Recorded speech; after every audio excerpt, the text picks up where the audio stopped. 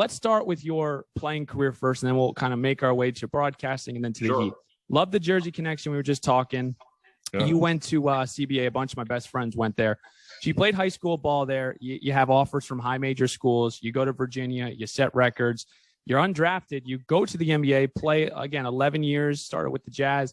So we'll start here. Did you know at a young age that you had it to get to the league? Like, when did you kind of realize, okay, I'm good enough to play at this next level? Yeah, no, it's a great question. It's funny. A lot of people talk about that. My goal growing up, honestly, was to play in college. The college game at that time, and I graduated high school in 87. But, the Big East was blown up, and the ACC and players stayed, 4 years. So you could really see teams grow and develop. You got to know everybody on the team. And those were, teams that you really could pull for because you could identify with a lot of the players versus now where it's so many players one and done or just leaving and moving around. So that was really my goal, was to play in college and have just that great college experience. And my father played at University of North Carolina, and I grew up going to the Carolina basketball school and had exposure to the ACC, even though I'm from New Jersey and the Big East was so big at that point, with Georgetown and St. John's and Syracuse and Villanova being, on the TV every night. There was something about the ACC that kind of drew me to it and had me, take a hard look. Very good. Yeah. Let's do the transition, I guess, from player to, just from player to broadcaster for you. Sure. And on a much, much lower level, I played Division III basketball at Canaan and in Union, New Jersey. And the transition into broadcasting was fun for me because I took the same core principles in basketball and I sort of just applied it to broadcasting: passion, competitiveness, an open mind to learn. What was that transition like for you? Yeah, it's a great point. I mean, there are some things that translate, but it's a lot. There's a lot to it subtly, I think, than most people really are aware of too. And I think I was blessed. It was not a clear, easy path for me.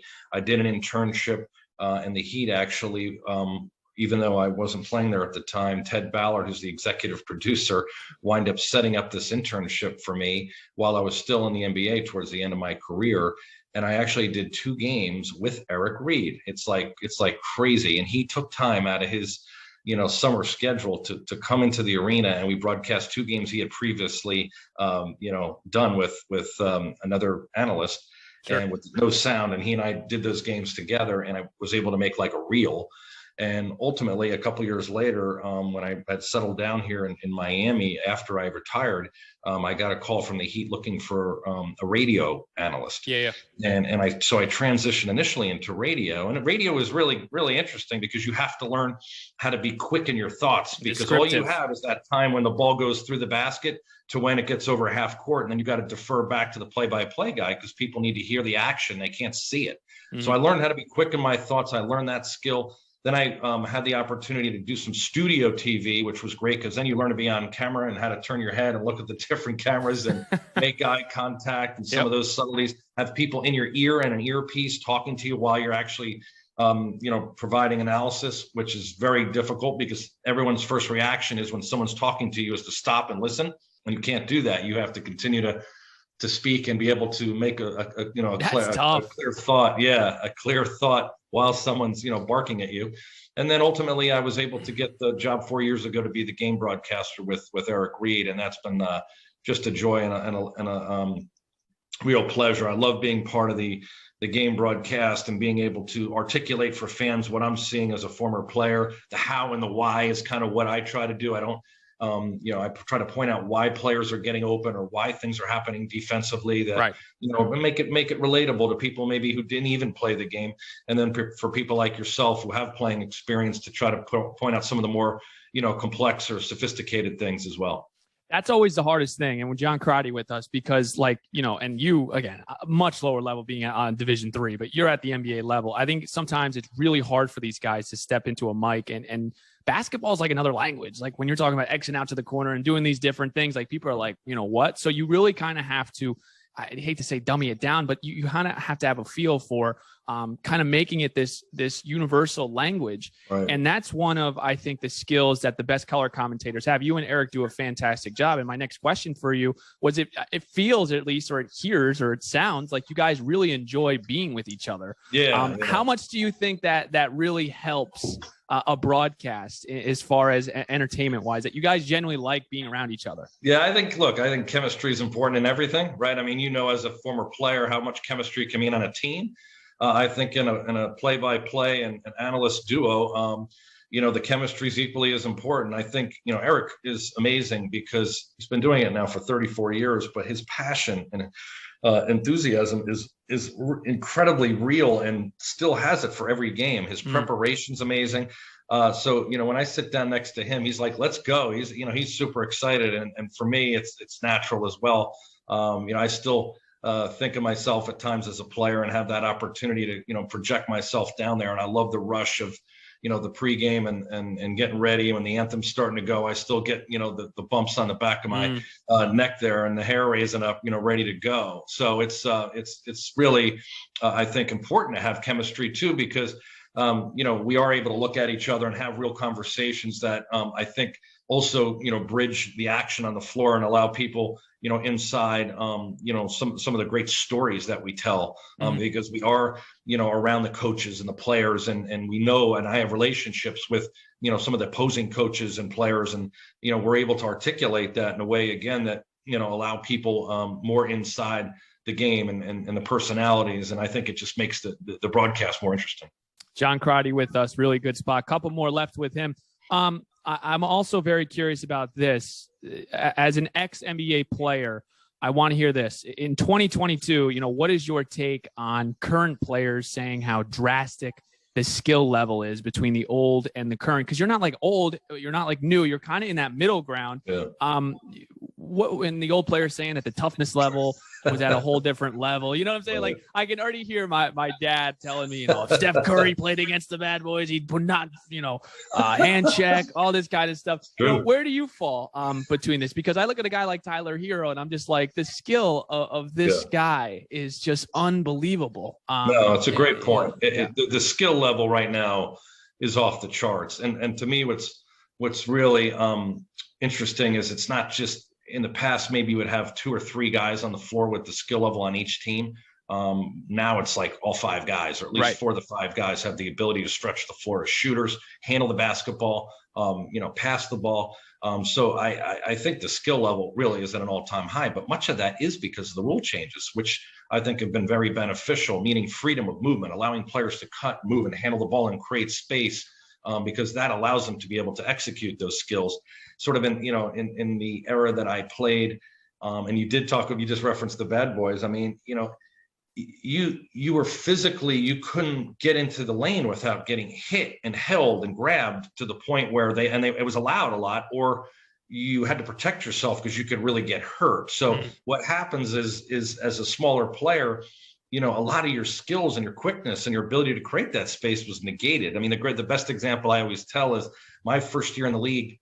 Derek Harper, who was playing for the Dallas Mavericks at the time, who's a great player, who was like a borderline all-star for, the best part of his career. I beat him on a crossover dribble. He put his hand out. He put right on my hip. And I literally was running in place like Fred Flintstone because I couldn't turn the corner because the guy was so strong and he had his hand right on my hip. And that was allowed, and I think about, like, in today's game, that would have been a foul. I would have went into the free throw line. I would have shot 2 shots, or he wouldn't have done it, and I would have been able to turn the corner and make a play. You can't do that now. And there is a big difference. And then we're seeing, when you're bigger and physical, obviously you can take that contact and that you're closer to the basket. So that postman was paramount to the team and to the whole offensive mindset, right? Get the ball inside. Well, now the analytics are showing, look, take more threes.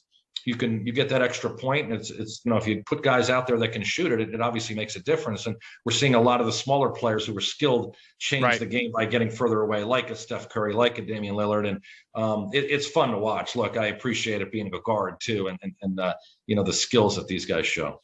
Yeah, and we'll get into the Heat because just they don't really fall under anything. Like, there's certain lineups that you'll see them just kind of hunting mismatches, And then you'll see lineups like last night, like when Jimmy Butler goes down and Bam hasn't been there, like they're shooting a ton of threes, right? Like they're playing a different style. They have this positionless basketball kind of mentality. So it's kind of interesting that some of these teams have completely shifted to analytics. You see them shooting, the Timberwolves are shooting 30 plus threes, maybe even more than that. And then you kind of have, and this is what I love about the Heat this year, is like they're winning in different ways. They can grind you out. They can beat you in a shootout. They could, close with Gabe Vincent, Max Strus, and these different guys. And I'm not saying that's going to happen in the playoffs, but I think it's a testament to the depth this year. And that's what leads me into my next question for you is, like, as a former player, I constantly try to put myself in not only the player's shoes, but the coach as well. So if you're like Omer Yurtseven, he just became the first rookie to have 15 rebounds in 4 consecutive games since Shaq, and he doesn't play the last 2 games. Gabe Vincent has been outstanding, and he got lost in the shuffle for a little bit when Lowry was playing.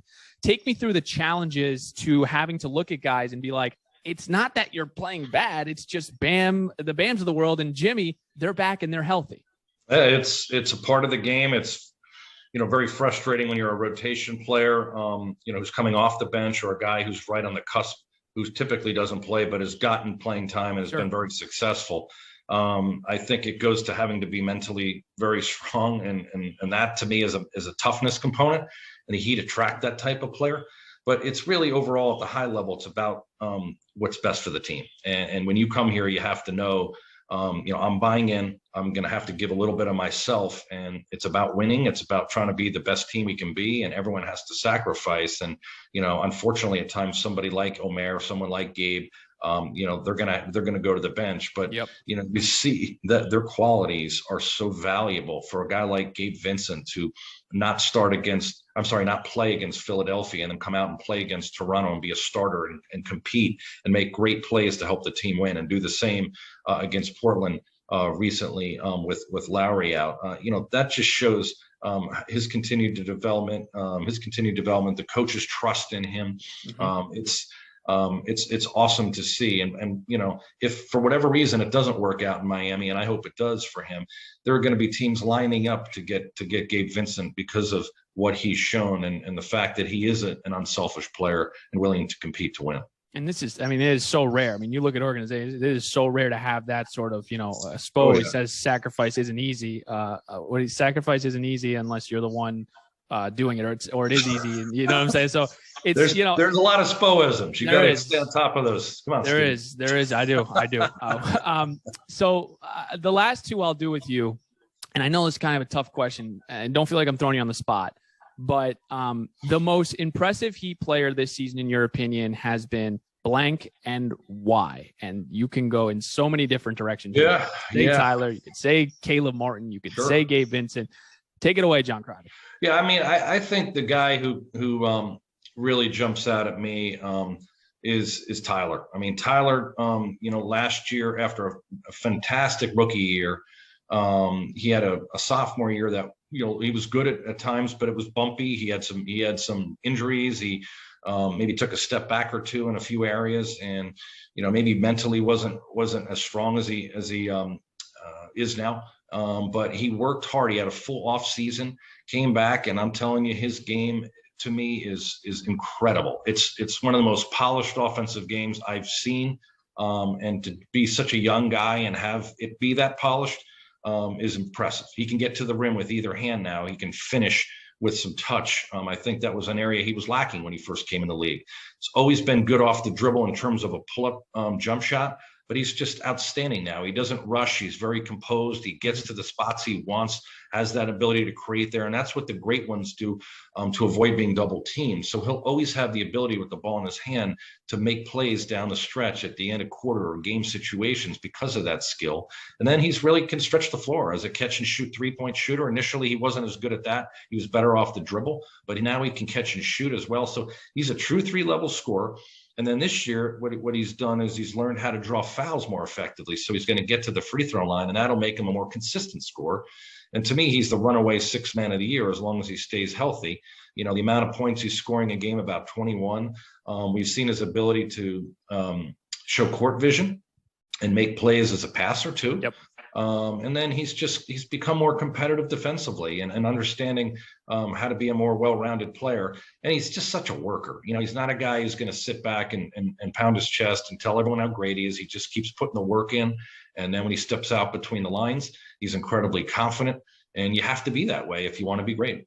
And he also, in a big moment, he's not afraid to take and make. It's easy to take the shot. It's difficult to make the shot. So I asked for 8 to 10 minutes. You gave me much more. Great spot here with John Crotty. Make sure to check him out on Twitter because he's out there for shoot around. I see you, John, taking the videos. Nurkic last night. At John Crotty Heat on Twitter. Make sure to check him out.